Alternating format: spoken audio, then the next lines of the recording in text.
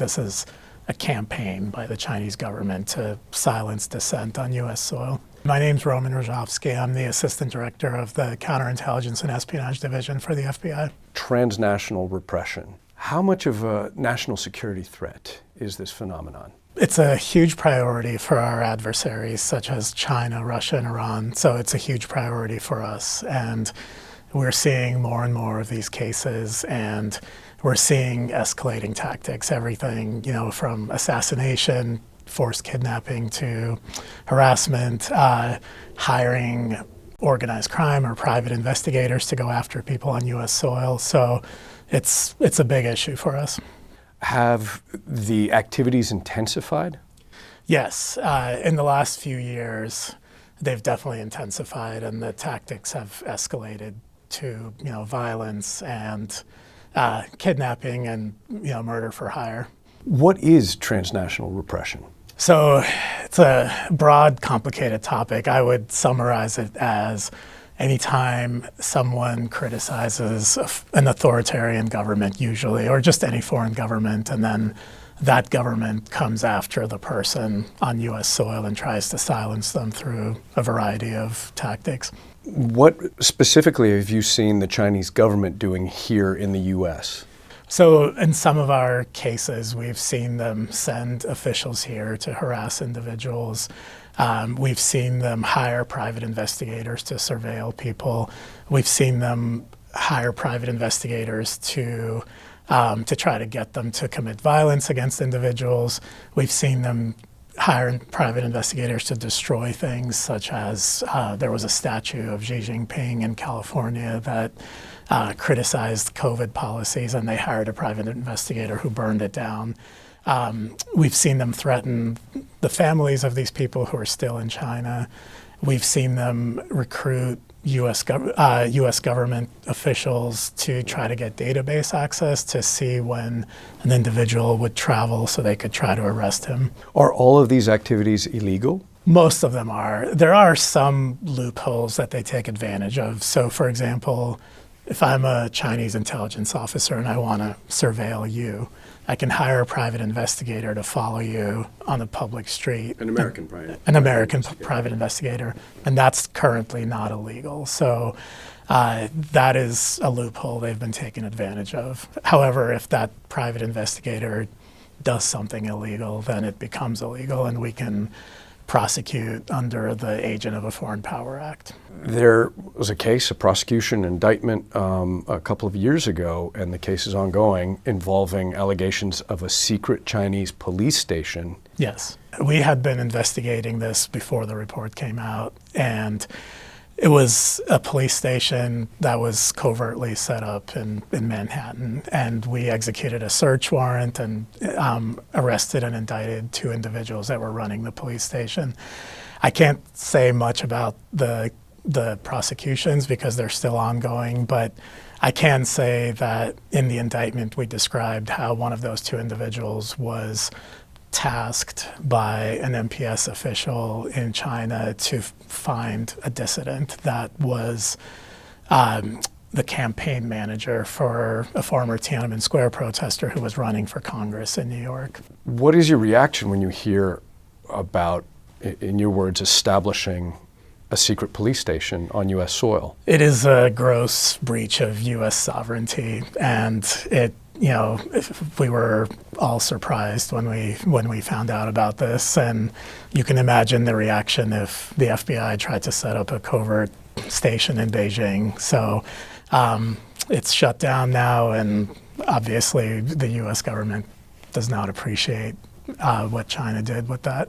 From what I understand, in that particular case, it involves a Chinese kind of home association where you have almost clubs that are people of Chinese origin that still have ties back to home. How much of a concern are things like this in emigre communities that might cross a line? There is a lot of concern, and that's kind of the point of transnational repression, right? So I often get asked, is this effective? The tactics are often crude, burning down a statue or threatening people. But the main goal is to create a climate of fear in the community, right? So for every brave person that's willing to speak out, there are, probably 1,000 people that choose to stay silent and censor themselves. And here in the U.S. Here in the U.S. And that's really the point of transnational repression, right? Like they do these very overt things to scare the rest of the community, and they recruit people to report within the community. So they're creating this Orwellian climate of fear where everyone is afraid to speak out even though they're on U.S. soil and it's their right to do so. And so, yes, it is a major concern in the Chinese diaspora, that someone will report them to the Chinese government and the Chinese government will retaliate against their family or in some other way. Do you hear that from citizens of Chinese origin here in the U.S.? Definitely. I've done victim interviews where I've heard that many times, where victims will say, I don't want to cooperate with you because I don't want them to come after my family, my elderly parents, or whoever is still back in China. It has become a lot more brazen over the last few years, and we're trying very hard to, bring these cases to light and to tell the entire story of how this is being directed from the highest levels of the Chinese government.